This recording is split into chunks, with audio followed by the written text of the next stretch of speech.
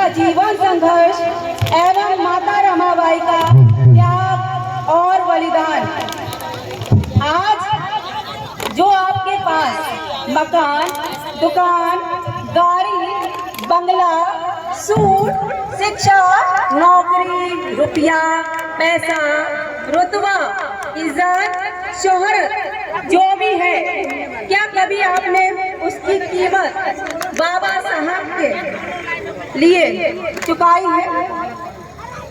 क्योंकि माता रमाबाई ने, बाबा साहब ने अपनी चार संतानों को बलिदान देकर हमारे लिए बहुत कुछ किया। क्योंकि उसकी कीमत अगर आप लोगों ने चुकाई होती तो ये अंदाजा नहीं होता कि बच्चे खोने का दर्द क्या होता है।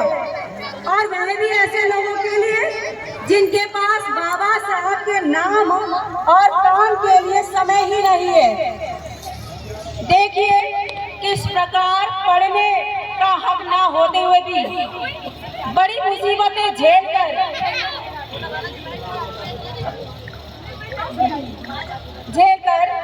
बाबा साहब ने बीए तक की शिक्षा प्राप्त की, लेकिन आगे की पढ़ाई के लिए उनके ख्वाब तो बहुत थे, लेकिन पैसा बिल्कुल नहीं था। इसके लिए आगे की पढ़ाई करना बहुत मुश्किल था। उनके 3 बच्चे थे और उस समय घर के हालात ठीक नहीं थे। उसी समय सयाजी गायकवाड़ ने, बड़ौदा नरेश ने एक स्कीम चलाई थी जिसमें होनहार छात्रों के लिए उच्च शिक्षा के लिए वजीफा देना शुरू किया गया था, ताकि वजीफा के सहारे देश विदेश में बच्चे जाकर शिक्षा प्राप्त कर सके। इसी स्कीम के तहत भीमराव जी को 25 रुपया महीना अनुदान यानी वजीफा तय हुआ था और बाबा साहब वह 25 रुपए लेकर खुशी से झूम उठते हैं और माता रमाबाई को बताते हैं। किस प्रकार बताते हैं आगे का मंचन आप प्रबुद्ध महिला संघ की नाटिका से देखिए।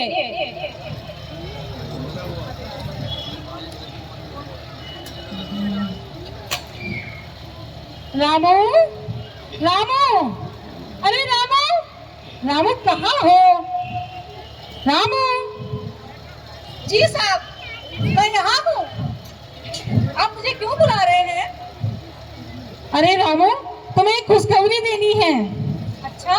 हाँ। अब ऐसी कौन सी खुशखबरी है सुनाने के लिए आप इतने खुश लग रहे हैं, इतने बेचैन लग रहे हैं, मुझे बुला रहे हैं? बात ही कुछ ऐसी है रामू, मुझे सियाजी गायकवाड़ जी ने 25 रुपए महीना वजीफा देने के लिए कहा है, जिससे मैं अपनी पढ़ाई कर सकता हूँ।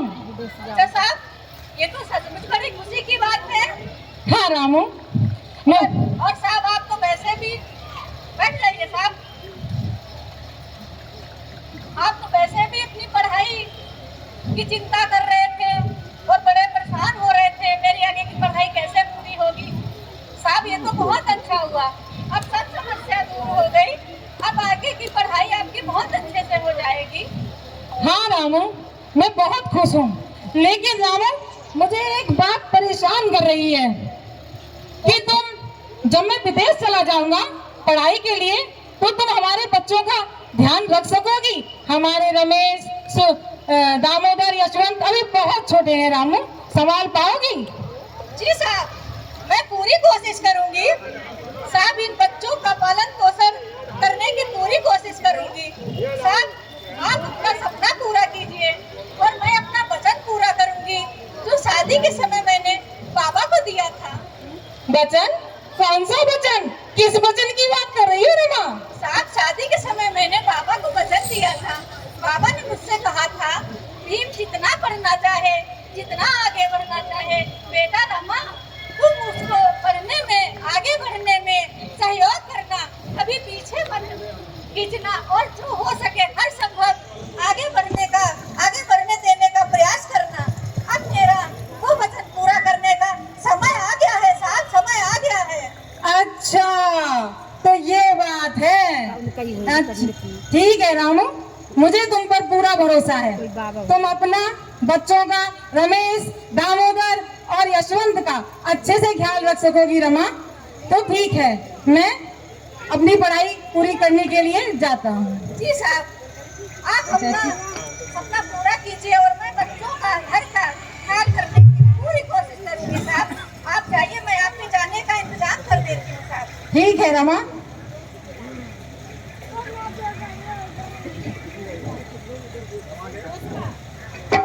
यशवंत, अपना और माँ का ख्याल रखना। आओ।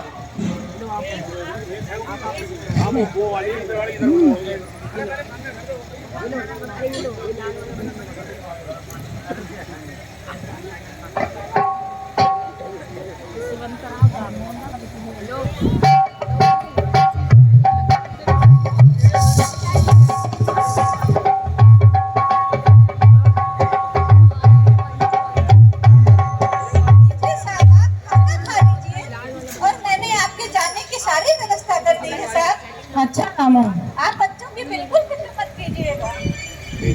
ठीक है रामू, मैं चलता हूँ।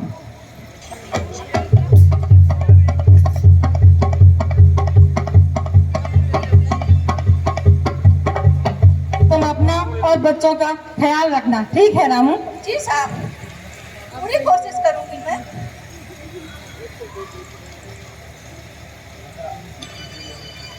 और भीमराव विदेश पढ़ने के लिए चले जाते हैं और 18 घंटे पढ़ाई करते हैं। पैसे कम होने की वजह से कभी खाना खाते तो कभी ब्रेड खाते और कभी पानी पीकर ऐसे ही सो जाते, लेकिन पढ़ाई खूब मन लगाकर करते। और इधर घर के हालात काफी खराब हो गए हैं।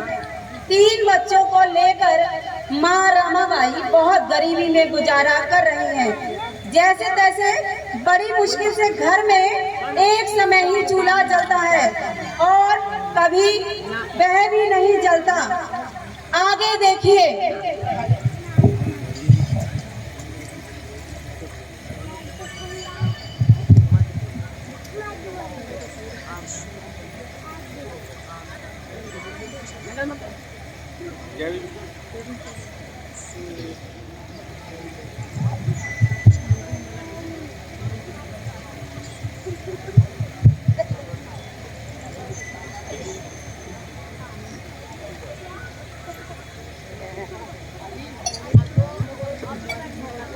आगे देखिए अब।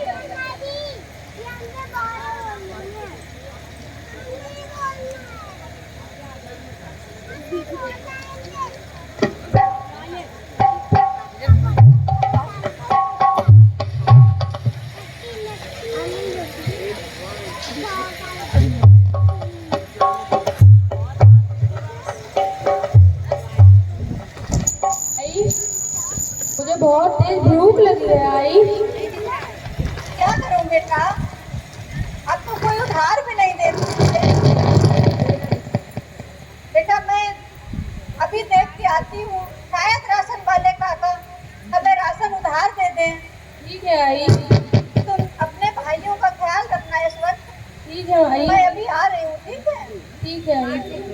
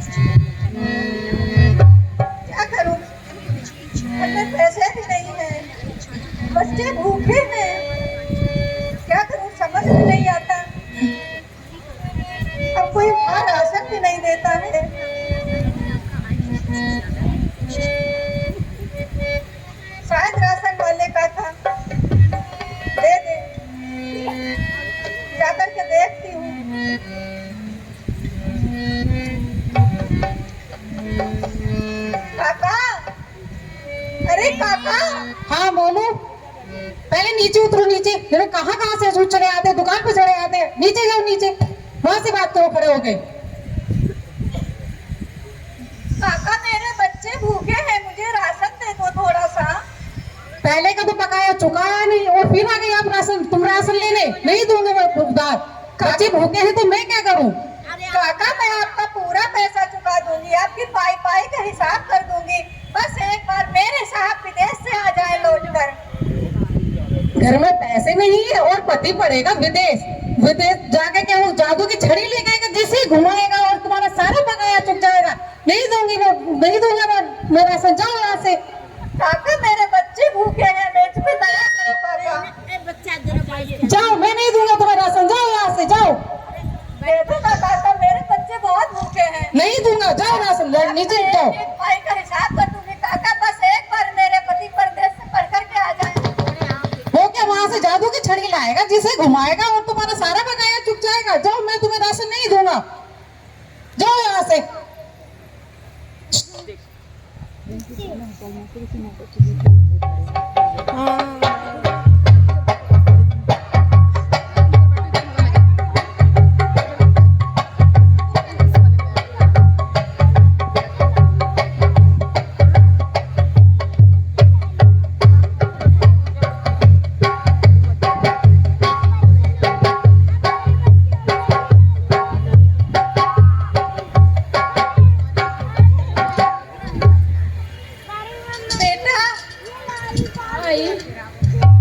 बेटा पानी पीकर सो जाओ, सुबह इंतजाम करेंगे। काका ने राशन नहीं दिया मेरे बच्चों। पानी पी करके सो जाओ, मैं तुमको पानी देती हूँ।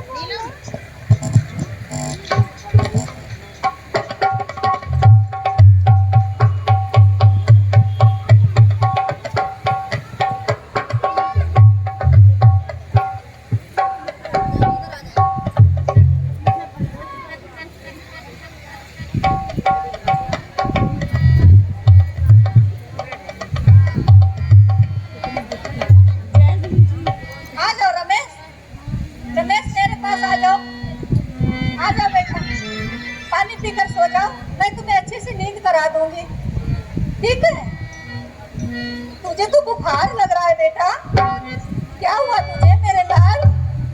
तुझे तो बेटा बुखार है, तेरी तो तबीयत सही नहीं है। मैं दवा लेके आती हूँ, तू लेट जा यहाँ पे, लेट जा बेटा, मैं अभी दवा लेकर आती हूँ। यशवंत बेटा इसका ख्याल रख, मैं अभी दवा लेके आती हूँ। ठीक है आई। मैं अभी वैद्य जी के पास जा रही हूँ बेटा। ठीक है आई।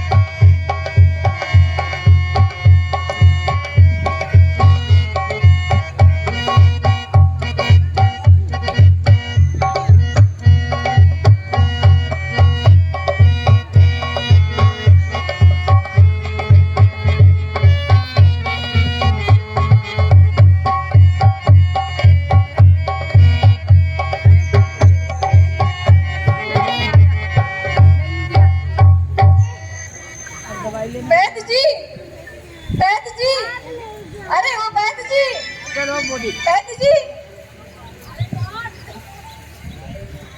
वैद्य जी, वैद्य जी, मैं रमा।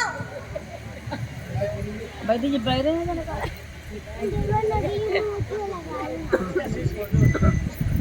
वैद्य जी,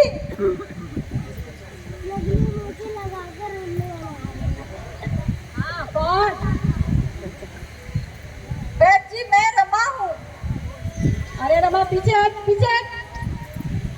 पूरज पूरज पूरज और क्यों आई है?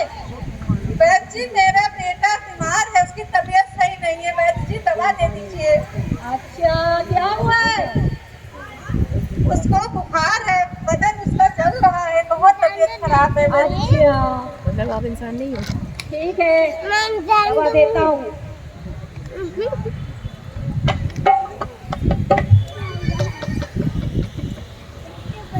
क्या हो गया?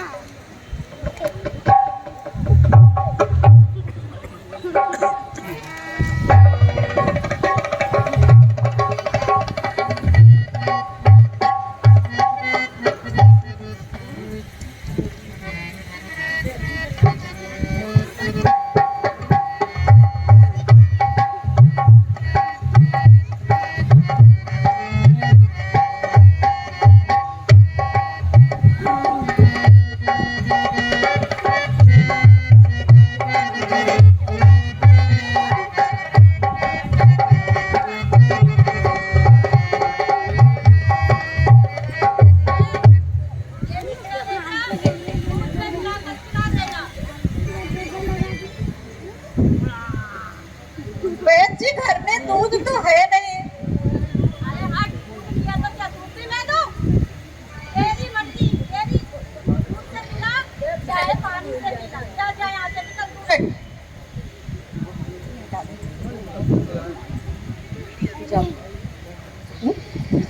पैसे दो, पैसे कहाँ हैं? दवा के पैसे तो दो। वैद्य जी पैसे बाद में दे देंगे अगली बार। चल जा, आ जाती है।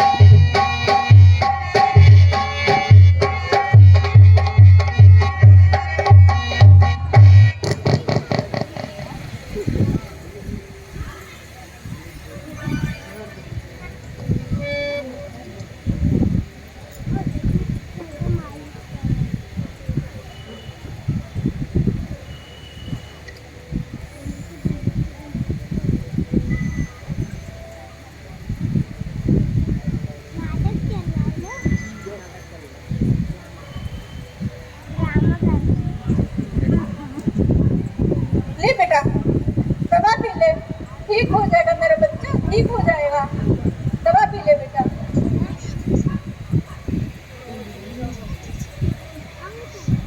आजा, आजा मेरे पास आ।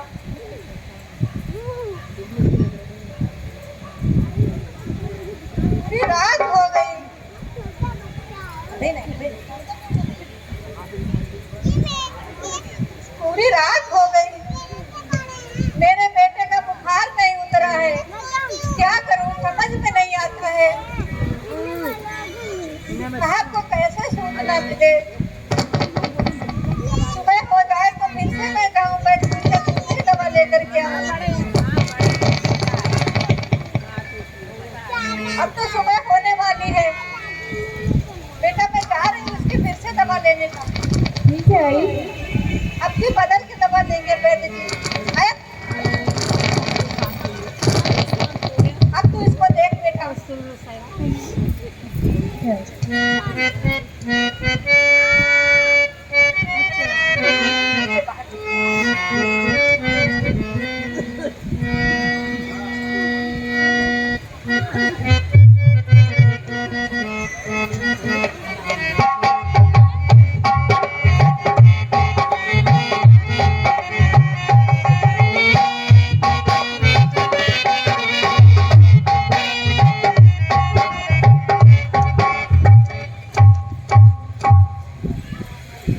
वैद्य जी, वैद्य जी, वैद्य जी, वैद्य जी, वैद्य जी। होना ही पाओ।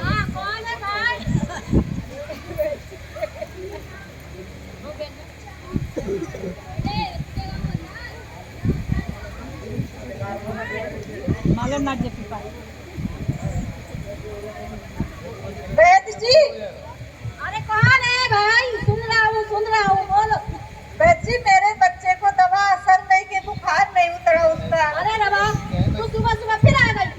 तुझसे कितनी बार कहा है सुबह सुबह मत आया कर, मेरा पूरा दिन खराब कर देती है। वैद्य जी, आना पड़ा, क्या करे, बच्चे का बुखार ही नहीं उतरा है, रात भर चलता रहा बुखार में, इसलिए आना पड़ा वैद्य जी। क्यों? कल वाली दवा क्या खत्म हो गई? कल वाली दवा असर ही नहीं करी वैद्य जी। ठीक है, देता हूँ।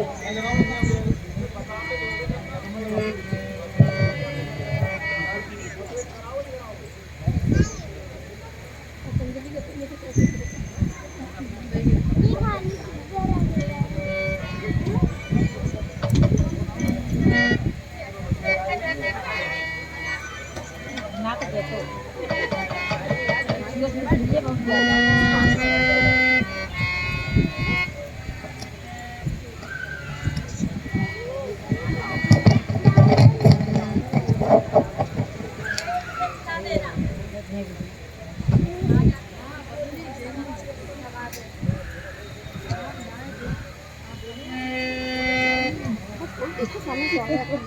जी बच्चा ऊपर चढ़ रहे हैं उसके गिर गए तो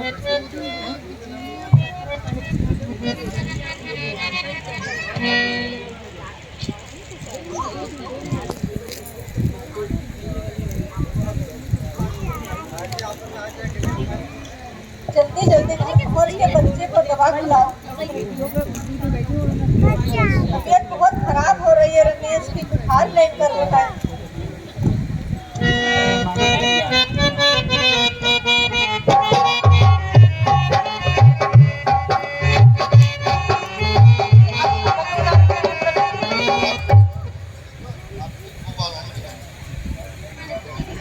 बेटा, क्या हुआ? क्या हुआ? आई रमेश बहुत देर से कुछ बोल नहीं रहा है। आई क्या हुआ?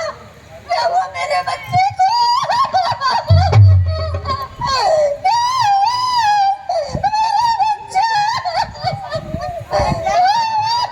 अरे रमा, क्या हुआ? क्या हुआ मेरे बच्चे को? अरे रे, ये तो चुप हो जाओ रमा, चुप हो जाओ। बाप विदेश तो बच्चों का ध्यान कौन रखे? ये तो होना ही था, ये तो होना था। चुप हो जाओ रमा, चुप हो जाओ।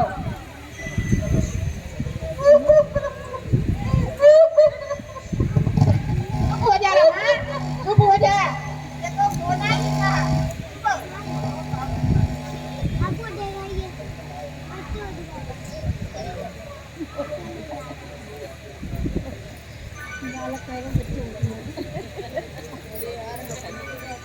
हंसने नाक से तो बहुत गंभीर बात है।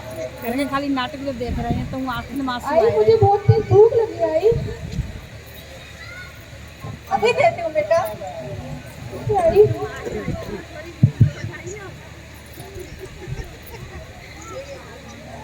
दुश्मन करावे थे, दुश्मन करावे थे, खा ले। दामोदर देख के ले।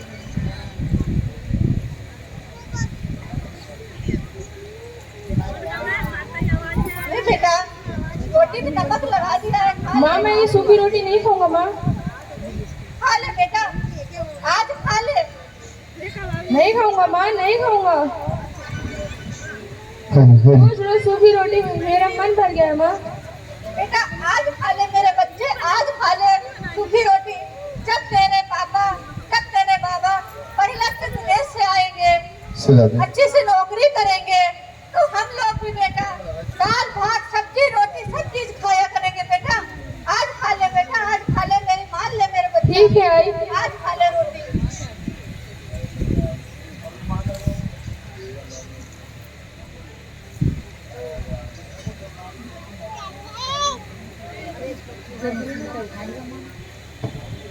सिला खा ले बेटा। दुनिया को सुख गई।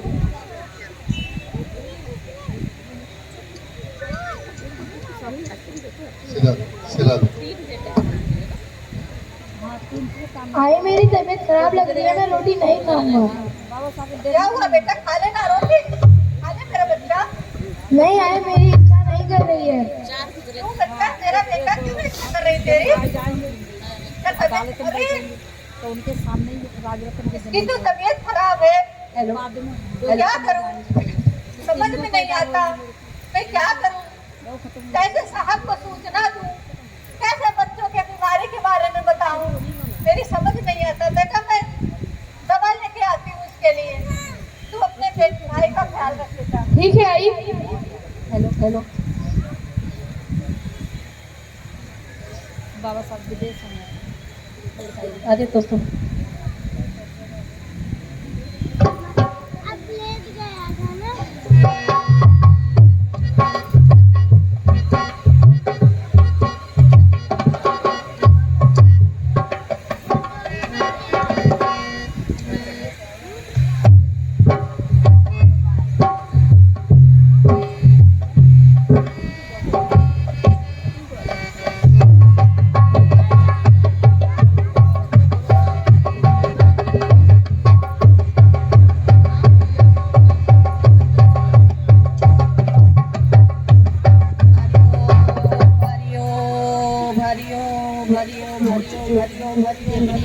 अरे उमैद जी, हरिओम हरिओम हरिओम। अरे उमैद जी, अरे रमा तू फिर आ गई, पहले के पैसे तो दिए नहीं, फिर आ गई। उमैद जी, वो मेरे बच्चे ने दवा नहीं खाई थी। जब तक मैं घर पे गई मेरा बेटा मर चुका था। उमैद जी उसने दवा नहीं खाई थी। अच्छा दवा नहीं खाई थी, तेरा बेटा क्या हुआ? तेरे बेटे को दवा क्यों नहीं खिलाई तूने? उमैद जी जब तक मैं घर पहुंची मेरा बेटा मर गया था, उसने नहीं दवा खाई थी। उमैद जी अब मेरा दूसरा बेटा बहुत बीमार है। उमैद जी उसकी बहुत तबीयत खराब है, मुझे दवा दे दीजिए। उमैद जी मेरा दूसरा बेटा बहुत बीमार है। अच्छा तेरा बेटा मर गया तो मैं क्या करूं? पैसे तो देने थे ना, पैसे देने तो आती, मेरा तो नुकसान हुआ ना। उमैद जी बस एक बार मेरे साहब विदेश से आ जाए लौट कर, आपकी पाई का हिसाब कर दूंगी। उमैद जी आज मुझे दवा दे दीजिए, मेरा बच्चा बहुत बीमार है। उमैद जी मेरा बच्चा बहुत बीमार है। अरे पहले का हिसाब करो, पहले का, तब दवा लेके जाना। तेरा पति परदेश में है तो मैं क्या करूं? वो परदेश में मजे कर रहा है, घूम रहा है। बाजी साहब के लिए ऐसा मत बोलो। बाजी वो मजे करने नहीं गए साहब, मेरे पढ़ने गए। अच्छा पढ़ने गया है, और तो यहाँ मेरा दिमाग खराब कर दिया। चल निकल, नहीं है पैसे। बाजी दवा दे दीजिए। बाजी एहसान कर दो मेरे ऊपर, बस एक बार। चल हट, चली जा यहाँ से। बस एक बार। नहीं बिल्कुल नहीं, निकल यहाँ से। चल हट हट। बाजी मेरा बेटा बच हट जाएगा। हट यहाँ से, चल चल। नहीं नहीं नहीं, पैसे ना पहले, जब तेरा पति प्रदेश से आएगा तभी ले जाना दवा। घूम रहा है विदेश में, चल। बाजी वो घूमने नहीं, वो पढ़ने गए। अरे मुझे नहीं सुनना, निकल यहाँ से, चल दूर जा।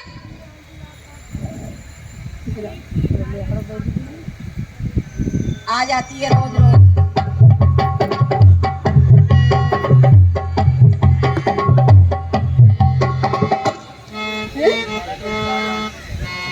हम बाइक सही था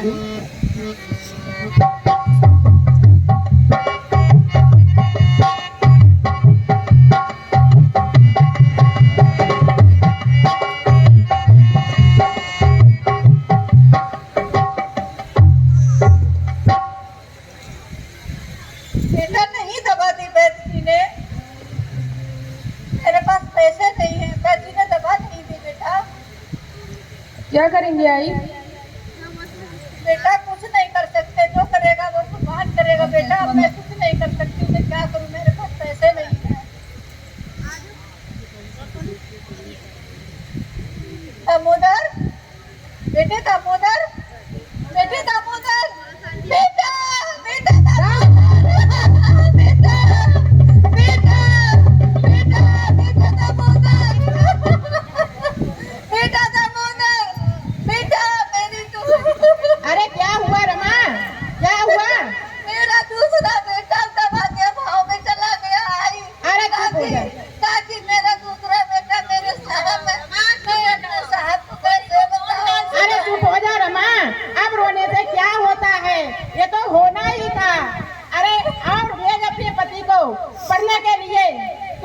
महान बनना है। बस करो अरे चुप हो जा रमा। बस करो काकी, मैं वैसे ही परेशान हूँ। महान बन। बस करो काकी, मैं वैसे ही परेशान हूँ। बस करो, बस अब करो। क्यों रो रही हो रमा? चुप हो जाओ।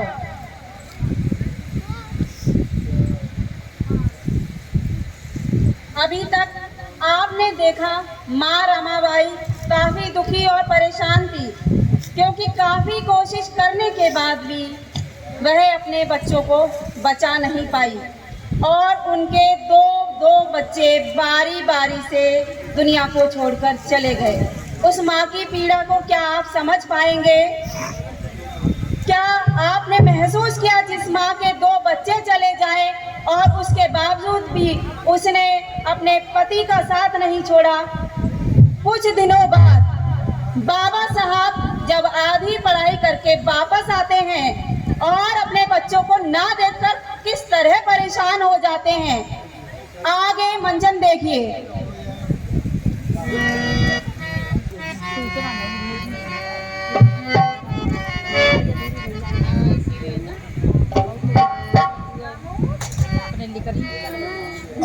रामू, रामू कहाँ हो? अरे साहब, अरे रामू। साहब आप आ गए? हाँ रामू, कैसी हो? ठीक हूँ। रामू बच्चे नहीं दिख रहे, बच्चे क्या बाहर खेलने गए हैं? बच्चों को बुलाओ रामू। बताऊंगी साहब, बताऊंगी, आप बैठिए। अरे बच्चों को बुलाओ, इतने दिनों से देखा नहीं है मैंने बच्चों को। साहब पानी पी लीजिए, मैं सब बताऊंगी। शायद बच्चे खेलने गए हैं, उन्हें मेरे आने का पता ही नहीं था। कैसे पता होगा? जल्दी बुलाओ रामू, बच्चों को बुलाओ। साहब, साहब मेरे बच्चे अब दुनिया में नहीं है साहब। क्या कह रही हो रामू? क्या कह रही हो? साहब मेरे रमेश और गंगाधर दामोदर मुझे छोड़कर चले गए साहब। मैंने बहुत कोशिश की, मैंने हर जगह प्रयास किया साहब, मैं अपने बच्चों को बचा नहीं पाई साहब, मैं नहीं बचा पाई। मेरे बच्चे साहब चले गए हम दोनों को छोड़कर साहब। ये क्या हुआ रामू? चुप हो जाओ रामू, चुप हो जाओ। मेरे दोनों बच्चे साहब बारी बारी से मुझे छोड़कर चले गए साहब, अब वो इस दुनिया में नहीं है। चुप हो जाओ रामू, चुप हो जाओ। ये सारे लोग कहेंगे कि भीमा वजीफे की वजह से विदेश से पढ़कर आया है, लेकिन ये लोग नहीं जानते रामू, मेरी पढ़ाई की असली कीमत तो मेरे बच्चों की कुर्बानी थी रामू। ये लोग नहीं जानते मेरा दर्द, मेरे अलावा मेरे सिवाय कोई नहीं जानता रामू। आज अगर मैं विदेश पढ़ने नहीं जाता तो मेरे बच्चे मेरे पास होते रामू, मेरे पास होते। ये जान नहीं समझेगा। चुप हो जाओ रामू, तुम्हारे मेरे अलावा ये कोई मेरा दर्द नहीं समझ सकते रामू, कोई नहीं समझ सकते। चुप हो जाओ रामू।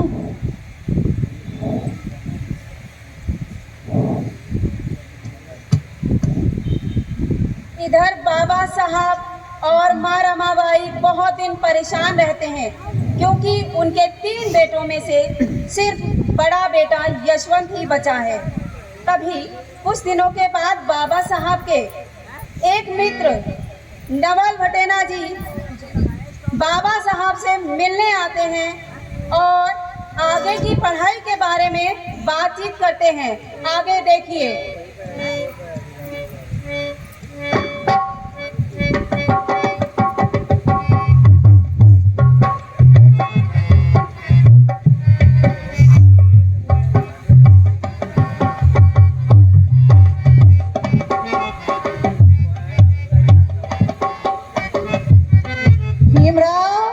भीमराव, अरे भटेना जी, आइए आइए आइए, बैठिए बैठिए बैठिए भटेना जी। और सब ठीक? आप तो जानते ही हैं, आपसे क्या छुपा है। जो हो गया सो हो गया, उसकी चिंता ना करो। जो हो गया उसे बदला तो नहीं जा सकता, लेकिन तुम्हें अपनी अधूरी पढ़ाई पूरी करने के लिए विदेश जाना चाहिए। आधी अधूरी पढ़ाई से कुछ होगा तो है नहीं, उससे नहीं तुम्हारा खुद का भला होगा और ना ही इस समाज का भला होगा। इसलिए तुम्हें अपनी अधूरी पढ़ाई पूरी करने के लिए विदेश चले जाना चाहिए। आप तो जानते हैं भटेना जी, मेरे पास पैसे भी नहीं हैं और घर के हालात के बारे में आपको पता है। बिना पैसे के मैं कैसे पढ़ाई कर सकता हूँ, विदेश कैसे जा सकता हूँ। पैसों की चिंता ना करो भीमराव, पैसे तुम्हें मैं दूंगा। ये लो, ये है 5,000 रुपए और तुम अपनी अधूरी पढ़ाई पूरी करके आओ, और अधूरी पढ़ाई पूरी करके आओ और इस समाज का भला करो और अपना भला करो। और मैं चलता हूँ। ठीक है बटेना जी, मैं 2-4 दिन में ही अपनी अधूरी पढ़ाई पूरी करने के लिए जाता हूँ। आपका ये एहसान मैं जिंदगी भर नहीं भूलूंगा बटेना जी, जिंदगी भर नहीं भूलूंगा। एहसान की कोई बात नहीं है भीमराव। नहीं, तुम अपनी अधूरी पढ़ाई पूरी करने के लिए जल्दी से जल्दी चले जाना, ठीक है? ठीक है बटेना जी। अच्छा मैं चलता हूँ। ठीक है।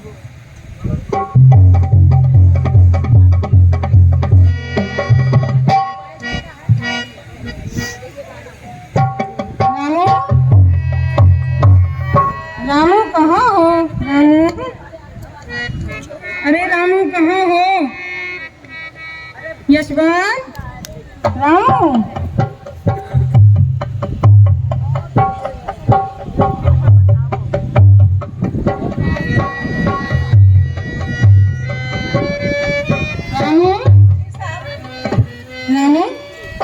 बटेना जी आए थे और ये 5,000 रुपए मुझे देकर गए हैं।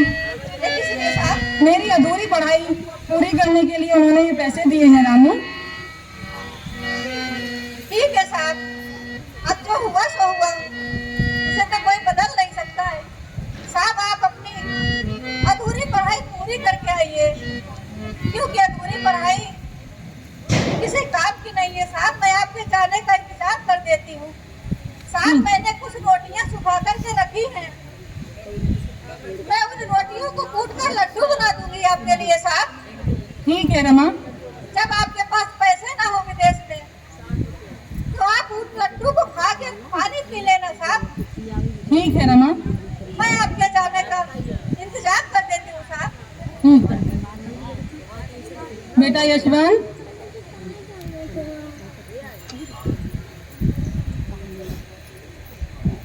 इधर आओ बेटा। मैं अपनी पढ़ाई पूरी करने विदेश जा रहा हूँ, तुम अपना और माँ का ख्याल रखना।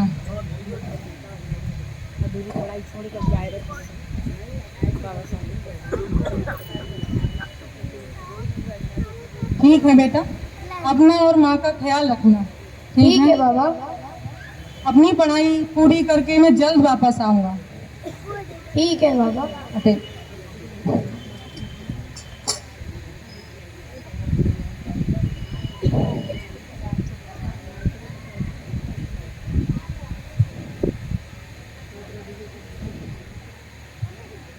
लीजिए साहब, मैंने आपके जाने की तैयारी कर दी है।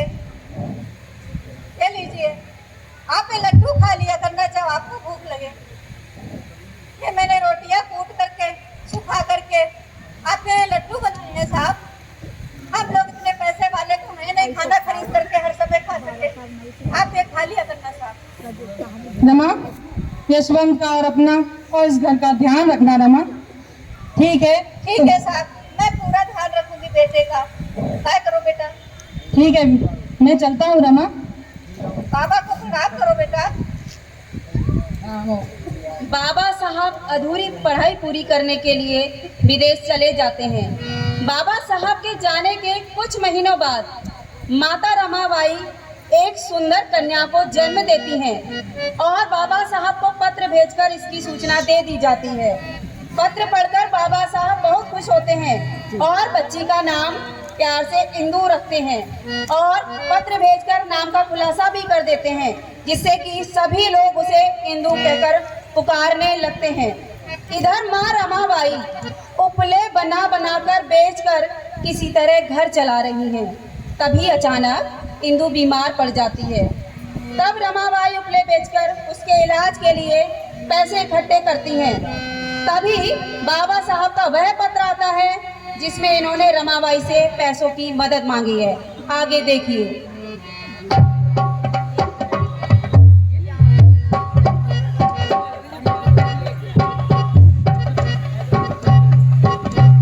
नहीं होने दूंगी बेटा, तुझे कुछ नहीं होगा। हाँ देखो तेरी बच्ची तुझे कुछ नहीं होगा। ये मत बेटा, इसका ध्यान रखना। मैं उपले बेच के आती हूँ, फिर इसकी दवा लेने जाऊंगी बेटा। ठीक है आई।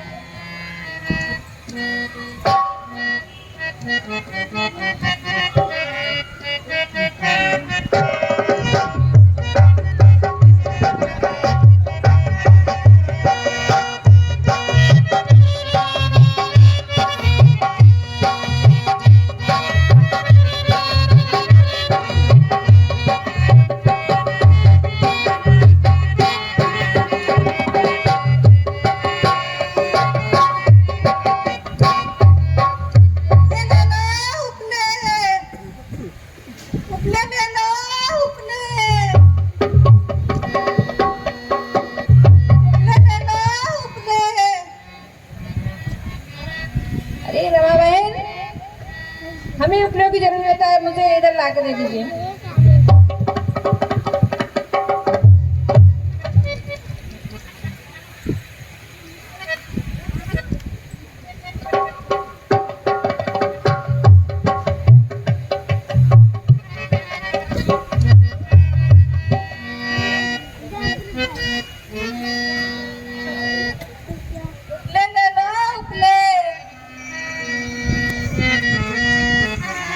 अरे रमा, कितने के दिया उपले? आज आने का है। हमें दे दीजिए।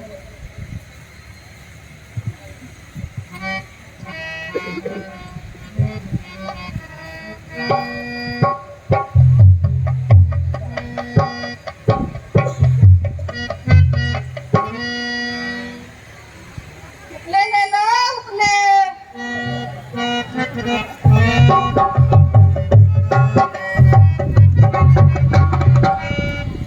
ले ले लो उपले।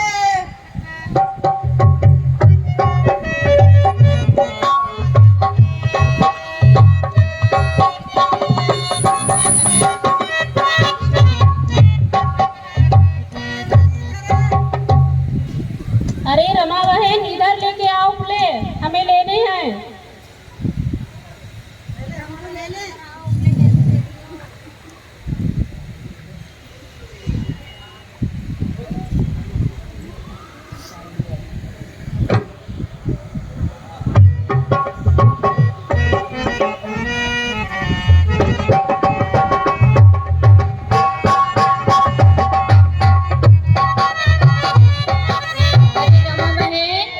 रमा बहन, मुझे भी उपले दे दो।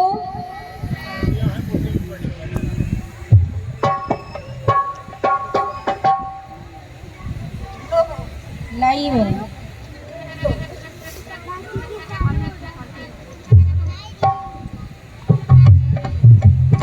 इधर ले आओ रमा बहन, उपले मुझे भी चाहिए। लो फिर। रमा बहन, हमें भी दे देना ये।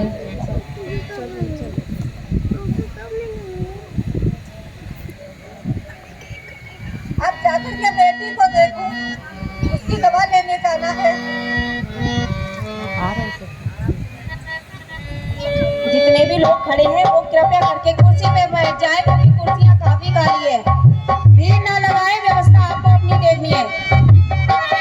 आप लोग कुर्सियों पर विराजमान हो जाइए, जितने लोग भी खड़े हुए हैं।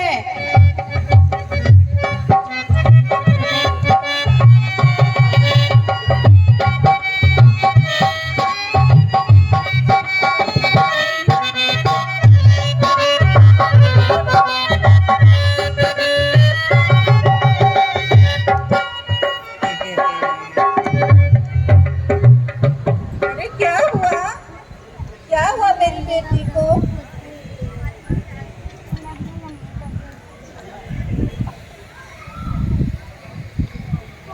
रमा बहन, ओ रमा बहन, किधर हो रमा बहन? कहाँ हो? बाहर आओ जरा। हाँ भैया। अरे कितनी देर से मैं आवाज लगा रहा हूँ, कितनी देर से तुम्हें बुला रहा हूँ, सुनती नहीं हो। ये लो, तुम्हारे पति का विदेश से पत्र आया है, ये पकड़ो। भैया, मेरी बेटी की तबीयत खराब खराब है, मैं तो उपले बैठने गई थी।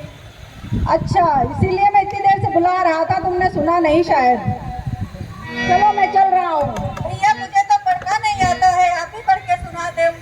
मेरे साहब ने मेरे लिए क्या लिख के भेजा है। अच्छा चलो ठीक है, पढ़ देता हूँ मैं भी।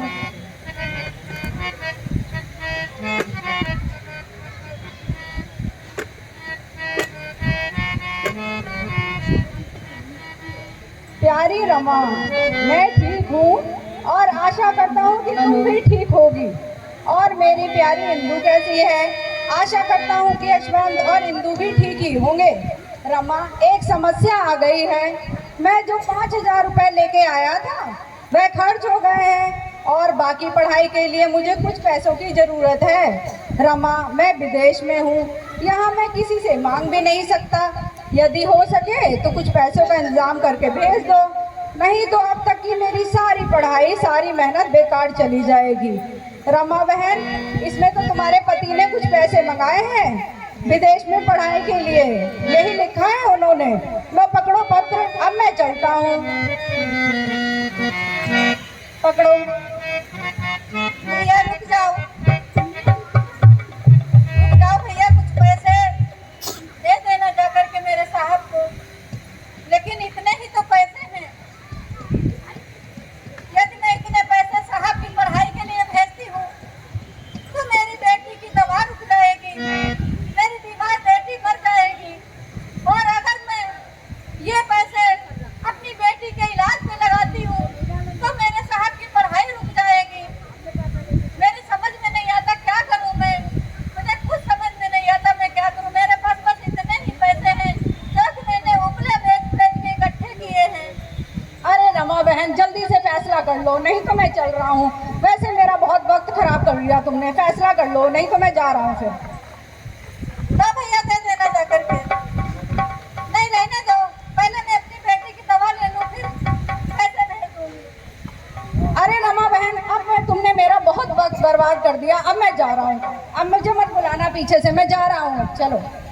अरे भैया, वो परदेश में है, वहाँ क्या खाएंगे, कैसे रहेंगे? वहाँ तो उन्हें कोई उत्तर भी नहीं देगा, क्योंकि वो परदेश है। डाकिया भैया लो ये पैसे दे देना जाके। फैसला कर लिया ना तुमने, भेजने हैं ना पैसे तुम्हें? फिर तो मैं फिर से उपले बना के दवा ले लूंगी बेच करके। चलो ठीक है, फिर मैं भेज देता हूँ पैसे।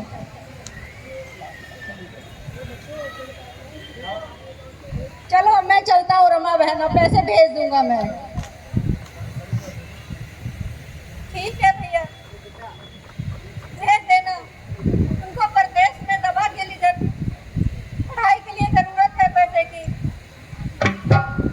अरे इंदु, इंदु, इंदु बेटी, इंदु बेटी, क्या हो रहा बेटा? बेटा तेरा शरीर तो ठंडा पड़ता जा रहा है। बेटा इंदु, इंदु, इंदु, इंदु क्या हो रहा बेटा? इंदु, इंदु। अरे क्या हुआ रमा, क्या हुआ? क्यों रो रही हो रमा? अरे क्या हुआ? काकी देखो ये बोल नहीं रही है, काकी ये बोल नहीं रही है। अरे रमा, तूने तो अपने पाँव में खुद ही कुल्हाड़ी मारी है, अपने पति को परदेश भेजकर। चुप हो जा रमा, इतनी दूर कोई पढ़ने जाता है? चुप हो जा रमा, वो भी अपने बच्चों को छोड़कर।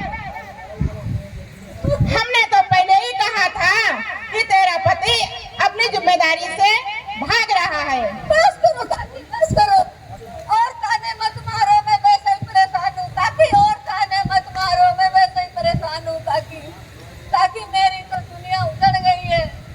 आप लोग बहुत बुरा सुनाते हैं। बस करो काकी, बस करो। अरे रमा, हम कोई तुम्हारा बुरा थोड़ा ही चाहते हैं। चुप जाओ रमा, चुप जाओ।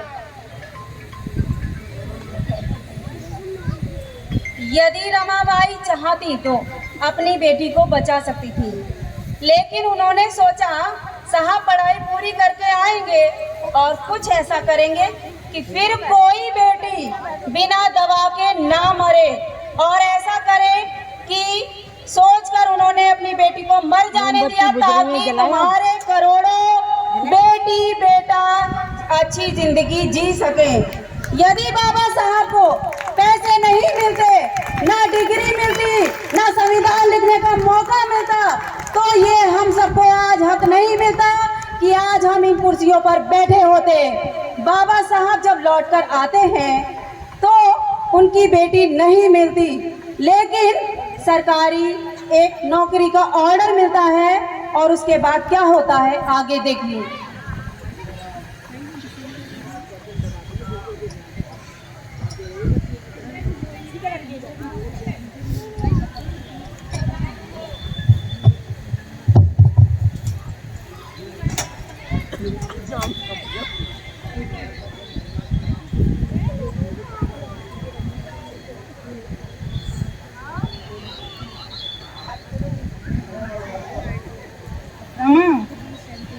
अरे साहब आप आ गए?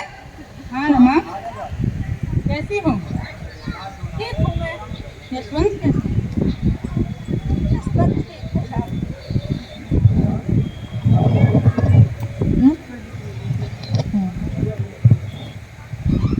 रमा पानी ले आओ। रमा बहन, ओ रमा बहन, कहाँ हो रमा बहन? हाँ भैया मैं यहाँ हूँ। ये लो तुम्हारे पति का पत्र आया है, सरकारी पत्र है, तो ये पकड़ो, ये लो। साहब हाँ रमा, ये डाकिया आया था पत्र देने, देखो इसमें क्या लिखा हुआ है।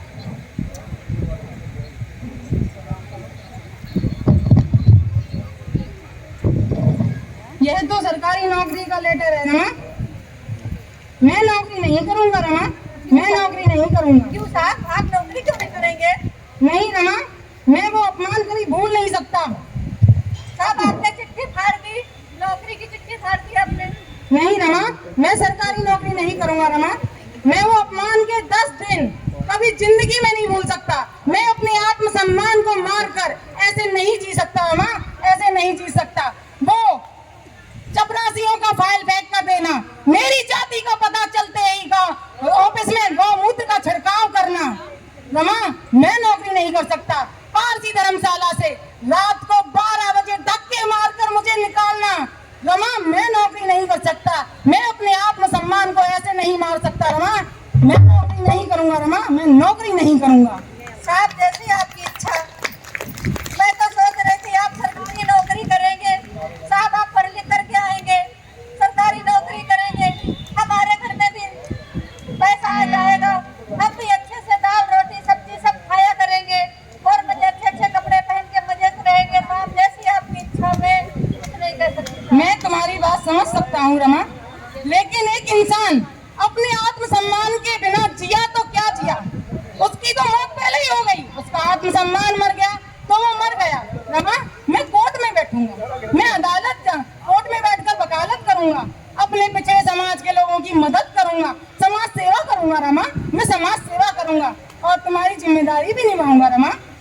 ठीक है साहब, जैसा आप सही समझे, जैसा आपको ठीक लगे आप वही करो साहब।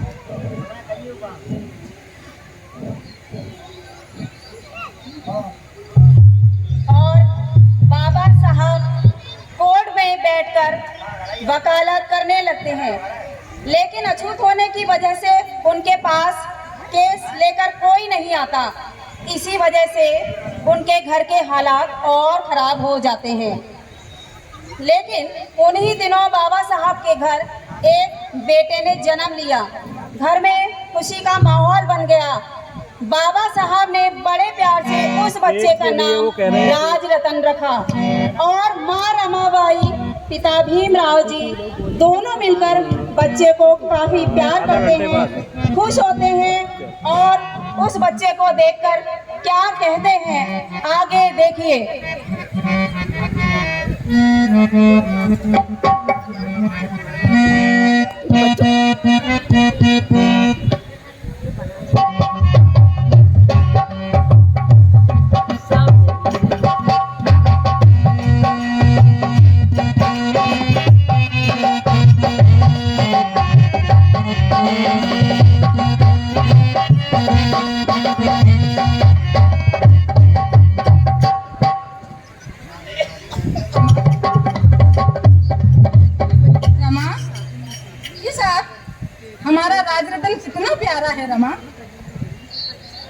साहब साहब एक बात बोलूं?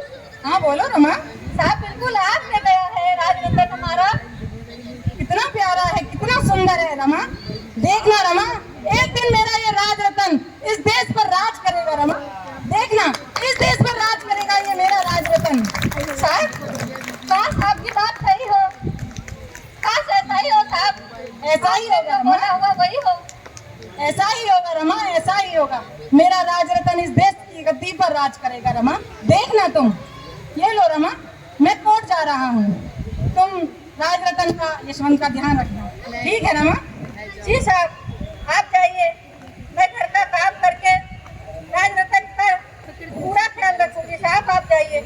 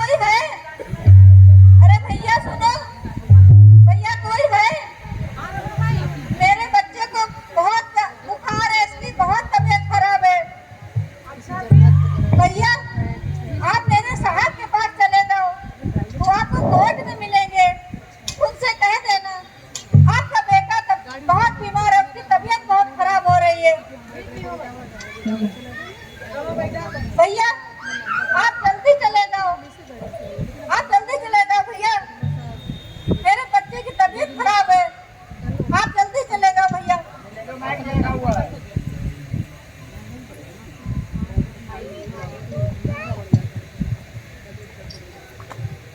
अरे बीमा, तुम्हारे बच्चे की तबीयत खराब है, तुम्हें घर पे बुलाया है, जल्दी जाओ। क्या कह रही हो? हाँ, बच्चा बहुत बीमार है तुम्हारा।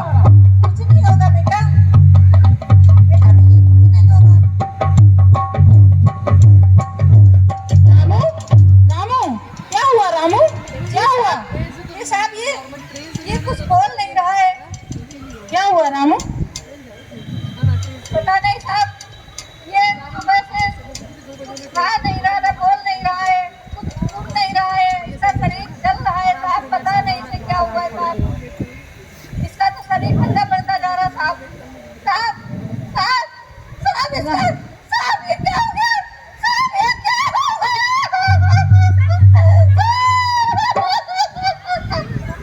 साहब बस करो साहब, आपकी समाज सेवा ने मेरे 4 बच्चे ले लिए साहब, साहब बस करो साहब, साहब बस करो, आपकी समाज सेवा ने धीरे धीरे मेरे 4 बच्चे ले लिए साहब। आप कहते थे मेरा राजरतन देश पर राज करेगा साहब, आप कहते थे मेरा राजरतन देश पर राज करेगा। आज मैं आपसे पूछती हूँ, आज मैं आपसे पूछती हूँ, क्या इस मरे बच्चे को आप देश पे राज करा पाएंगे? क्या इस मेरे मरे हुए बच्चे को आप देश की गद्दी पर बिठा पाएंगे? साहब आप जवाब दीजिए, साहब आप जवाब दीजिए, साहब आप बताइए मुझे, क्या आप राज करा पाएंगे? चुप हो जाओ रमा, चुप हो जाओ, चुप हो जाओ। मैं समझता हूँ जिस माँ के 4 बच्चे मर जाएं, उसे छोड़कर चले जाएं, उस माँ पर क्या बीतेगी। मैं समझ सकता हूँ रामू, समझ सकता हूँ, पर मैं क्या करूँ रामू? तुम अपने एक बच्चे के लिए, अपने 4 बच्चों के लिए रो रही हो रामू, लेकिन जब मैं इस समाज के सैकड़ों बच्चों को रोज मरते देखता हूँ तो मेरा जमीन धिक्कारता है रामू, मेरा जमीन धिक्कारता है।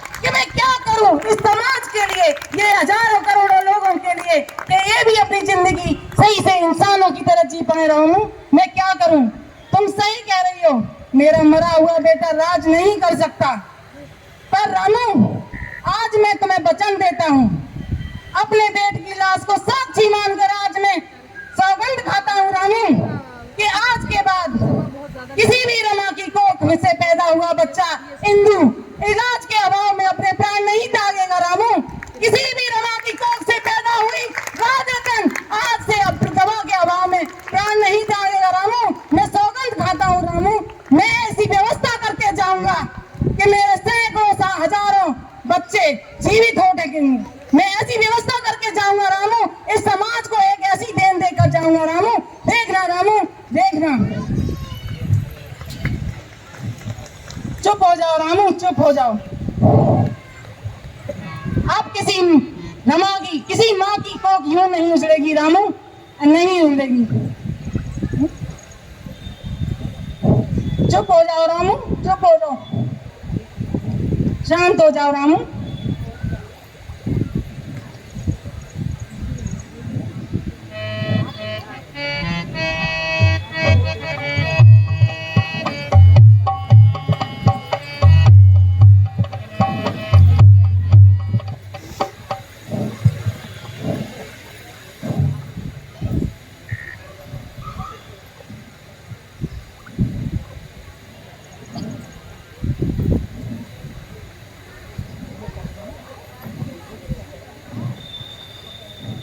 भीमराव, पैसे लाओ, पैसे दो इस बच्चे के अंतिम संस्कार के लिए।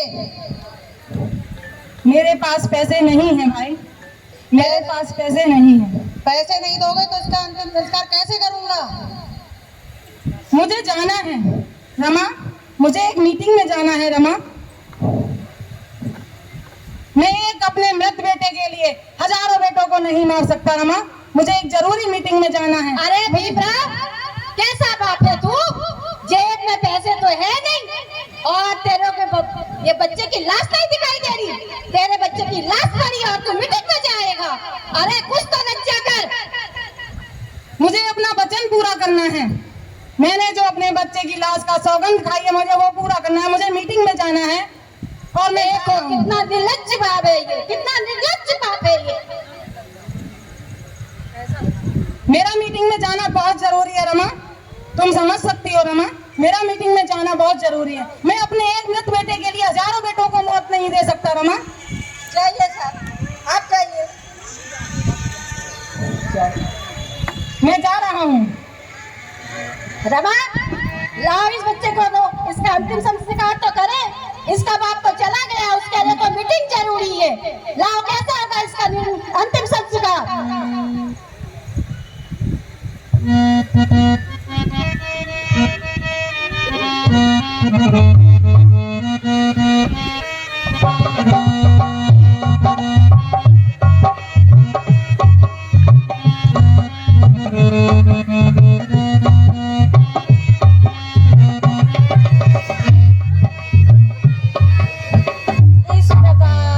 सारी जिंदगी अभाव में अपने बच्चों का बलिदान देकर जीवन पर्यंत अथाह दुख सहकर बाबा साहब ने अपना वचन पूरा किया और आप सभी को संविधान के द्वारा वह सब दिया जिससे आप इंसान बन गए। और अब आप देखिए